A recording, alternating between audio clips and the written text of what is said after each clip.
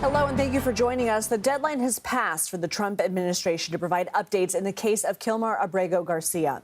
He's the man who was mistakenly deported to El Salvador last month.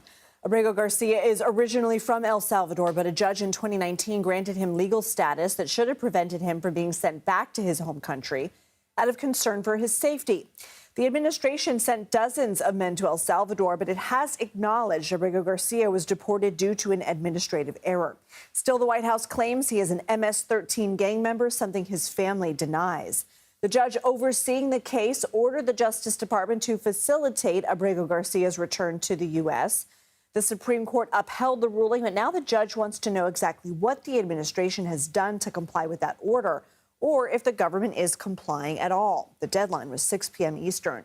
CBS News Justice Department reporter Jake Rosen joins us now. Jake, what did we learn, if anything, about the administration's efforts to facilitate the return of Abrego Garcia?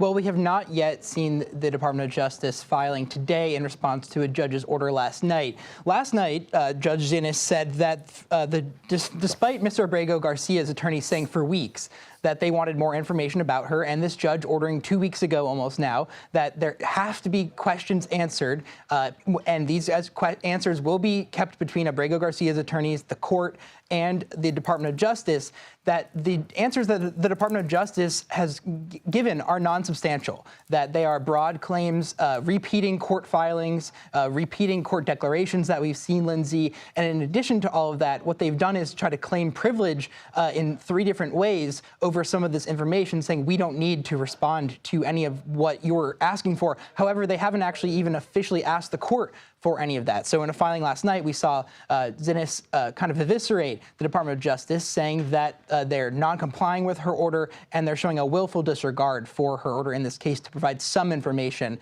at all. It's, we've really seen the stonewalling effort all along, Lindsay. Certainly more of that, and we'll see if the answers are come at some point tonight. Okay, let's turn to Columbia University activist Mahmoud Khalil, who the administration wants to deport for his role in pro-Palestinian protests. He has a chance to file for relief to avoid deportation, something like asylum. What's the latest there?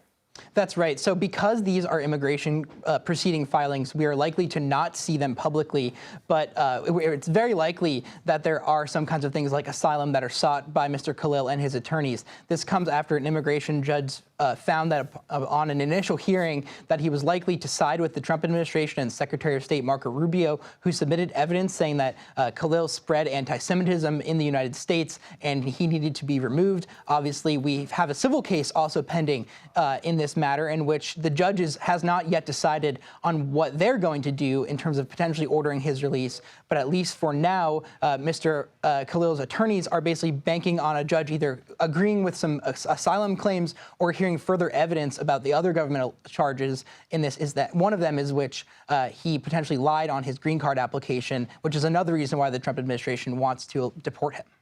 There was also a hearing Wednesday in the case of another Columbia University student, Mohsen Madawi, who was detained by ICE last week. What's happening in his case? Well, that's right. A judge who just took this case a couple of days ago extended his restraining order in this case, which will keep Madawi in Vermont as court proceedings play out. A week from today, Lindsay, there'll be another hearing to hear his arguments and his attorney's arguments on bail in this case to potentially free him from ICE detention. This really comes as, we've seen this kind of pressure mount across the country from the Trump administration revoking student visas en masse. This is yet another instance of that. But it's also a really important thing where the judges in this case have had to fight to keep these trials in their jurisdiction, as the Department of Justice has argued that because people are being moved to Louisiana and Texas, that these cases should also. Obviously, what comes along with that, Lindsay, is more conservative judges and, upon appeal, much more conservative appeal panels, not like a judge in Vermont, which Madawi and his attorneys have currently.